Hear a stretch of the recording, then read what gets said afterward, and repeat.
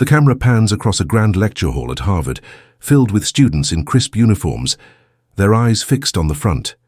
A massive blackboard looms behind, covered in complex equations that seem to defy comprehension. The air is thick with anticipation as a guest lecturer, Dr. Richard Hensley, steps up to the podium, his grey hair catching the light. He adjusts his glasses and begins to speak. "Ladies and gentlemen," Dr. Hensley's voice booms, "today we tackle one of the most elusive problems in theoretical physics, the quantum entanglement paradox." The crowd murmurs, some students scribbling notes, others exchanging skeptical glances. The problem has stumped the brightest minds for decades, and Dr. Hensley is known for his bold claim. It's unsolvable. He smirks, ready to prove his point. As he dives into the lecture, Dr. Hensley gestures at the blackboard, pointing to a particularly dense equation. "This," he says, "is where every theory falls apart. No one has ever reconciled these variables." The students nod, hanging on his every word. His confidence is unshakable, and his reputation as a leading physicist makes his claim feel like gospel. But not everyone in the room is convinced. In the third row, a small figure shifts uncomfortably. It's 9-year-old Ethan Carter, a prodigy who somehow secured a spot in this guest lecture. Dressed in a light blue hoodie, he looks out of place among the older students. His dark eyes dart between the blackboard and Dr. Hensley, his mind racing. Ethan's parents, seated in the back, watch nervously, knowing their son's knack for defying expectations. Dr. Hensley continues, his tone growing sharper. "I've spent 30 years on this paradox, and I can tell you, it's impossible." He pauses for effect, letting the words sink in. The room is silent, the weight of his statement pressing down on everyone. But Ethan's hand shoots up, trembling slightly. The professor raises an eyebrow, amused. "Yes, young man?" he asks, his voice dripping with condescension. Ethan stands, his voice soft but steady. "I think I can solve it," he says. A ripple of laughter spreads through the room. Dr. Hensley chuckles, shaking his head. "Son, this isn't a game, this is advanced physics." Ethan doesn't flinch. He clutches a crumpled notebook, his small fingers tightening around it. The other students whisper, some mocking, others intrigued. Ethan's parents hold their breath. "Let him try," a voice calls from the crowd, a female student in the front row. Dr. Hensley sighs, clearly annoyed, but gestures for Ethan to come forward. "Fine," he says, "but don't waste our time." Ethan walks to the front, his sneakers squeaking on the wooden floor. The blackboard towers over him, but he doesn't hesitate. He grabs a piece of chalk, his tiny hand steady as he begins to write. The room falls silent as Ethan scribbles, his movements quick and precise. He starts with the equation Dr. Hensley highlighted, breaking it down step by step. The professor watches, arms crossed, his smirk fading. Ethan's approach is unconventional. He's combining principles from quantum mechanics and string theory in a way no one has seen before. The students lean forward, their skepticism turning to curiosity. Ethan pauses, turning to the crowd. "The key," he says, his voice growing louder, "is in the entanglement frequency." He points to a variable on the board, circling it with chalk. Dr. Hensley's eyes narrow. That variable has been dismissed as irrelevant for years. But Ethan is using it as the cornerstone of his solution. The professor steps closer, peering at the board, his expression shifting from doubt to unease. As Ethan continues, he introduces a new equation, one that accounts for fluctuations in quantum states. The students gasp. Some recognize the implications immediately. This could bridge the gap that's plagued the paradox for decades. Dr. Hensley's face tightens. He's starting to see where Ethan is going, and it's a path he never considered. The room buzzes with tension as Ethan presses on, undeterred. "If we adjust for the frequency," Ethan explains, "the paradox resolves itself." He draws a graph plotting the variables in real time. The lines align perfectly, a visual proof of his theory. The crowd erupts in whispers. Dr. Hensley steps forward, his voice sharp. "That's preposterous," he snaps. "You can't just redefine the constants like that." But Ethan doesn't back down, his confidence unshaken. Ethan turns to the professor, his eyes bright. "Why not?" he asks. The constants aren't fixed, they're dynamic. Dr. Hensley opens his mouth to argue, but no words come. Ethan's logic is sound and the professor knows it. The other students are now on the edge of their seats, some taking furious notes, others filming the moment on their phones. This is history in the making and they can feel it. The blackboard is now a chaotic masterpiece, covered in Ethan's neat handwriting.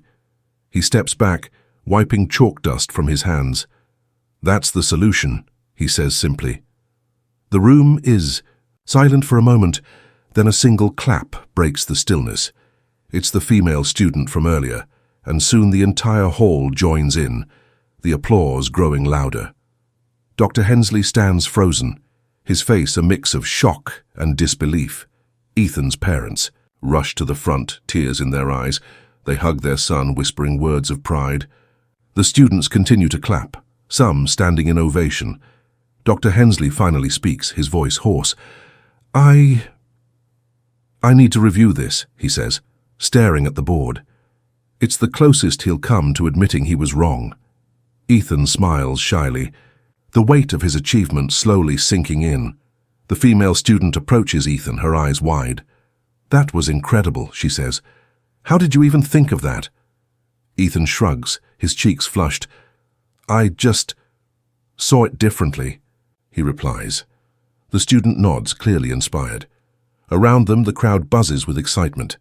Word of Ethan's solution is already spreading, and the lecture hall feels electric with possibility. Dr. Hensley pulls out his notebook, jotting down Ethan's equations. He's still skeptical, but he can't deny the elegance of the solution. "We'll need to test this," he mutters, more to himself than anyone else. Ethan overhears and nods. "I can help," he offers. The professor looks at him, really seeing the boy for the first time. There's a flicker of respect in his eyes, though he doesn't say it out loud. The lecture ends, but the students don't leave. They crowd around Ethan, asking questions and taking pictures. He answers each one patiently, his voice soft, but confident. His parents watch from the sidelines, overwhelmed with pride. They always knew Ethan was special, but this moment surpasses their wildest dreams.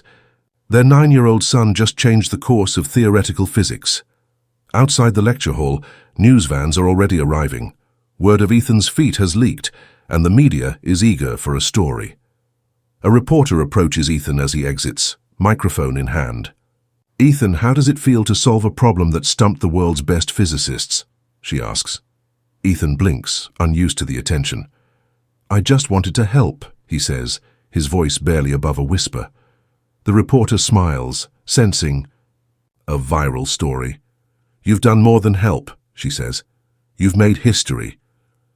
Ethan's parents step in, shielding him from the cameras. They're protective, knowing the spotlight can be overwhelming for a child.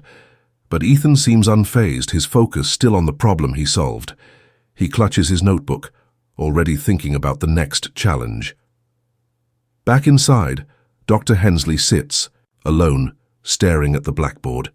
He spent his career believing the quantum entanglement paradox was unsolvable, and now a child has proven him wrong. He feels a mix of emotions, humiliation, awe, and a strange sense of relief. Maybe here's the breakthrough the field needs. He takes a deep breath, resolving to collaborate with Ethan, despite his wounded pride. The video cuts to a montage of Ethan's life before this moment. We see him as a toddler, solving puzzles that baffled his parents. At 5, he's reading college-level textbooks. By 7, he's attending advanced math camps, outshining students twice his age. His parents narrate, their voices filled with love. "We knew he was gifted," his mother says, "but we never imagined this." The key. Montage continues, showing Ethan's bedroom, a small space filled with books, a whiteboard, and a telescope. He spends hours there, lost in equations and stars. His father chuckles on the voiceover. "He'd rather solve problems than play outside," he says. "We had to beg him to take breaks." The images paint a picture of a curious, driven child, destined for greatness from the start. Back in the present, Ethan sits with his parents in a quiet corner of the Harvard campus. They're discussing what comes next. Universities are already reaching out, offering scholarships and research opportunities. Ethan's mother looks worried. "He's still a kid," she says. "We don't want him to lose that." His father nods, but Ethan interrupts, his voice firm. "I want to keep learning," he says. The video shifts to a press conference a week later. Ethan stands at a podium, dwarfed by the microphones. He's nervous but composed, reading from a prepared statement. "I'm honored to have solved the paradox," he says, "but there's so much more to discover." The crowd of reporters erupts in questions, but Ethan's parents step in, guiding him off the stage. They're determined to protect his childhood. Behind the scenes, Dr. Hensley and Ethan begin working together. The professor is still gruff, but he's come to respect the boy's brilliance. They meet weekly, testing Ethan's solution through simulations. The results are promising. Ethan's theory holds up under scrutiny. Dr. Hensley starts to smile more, his faith in the field renewed. "You're a game changer, kid," he tells Ethan one day.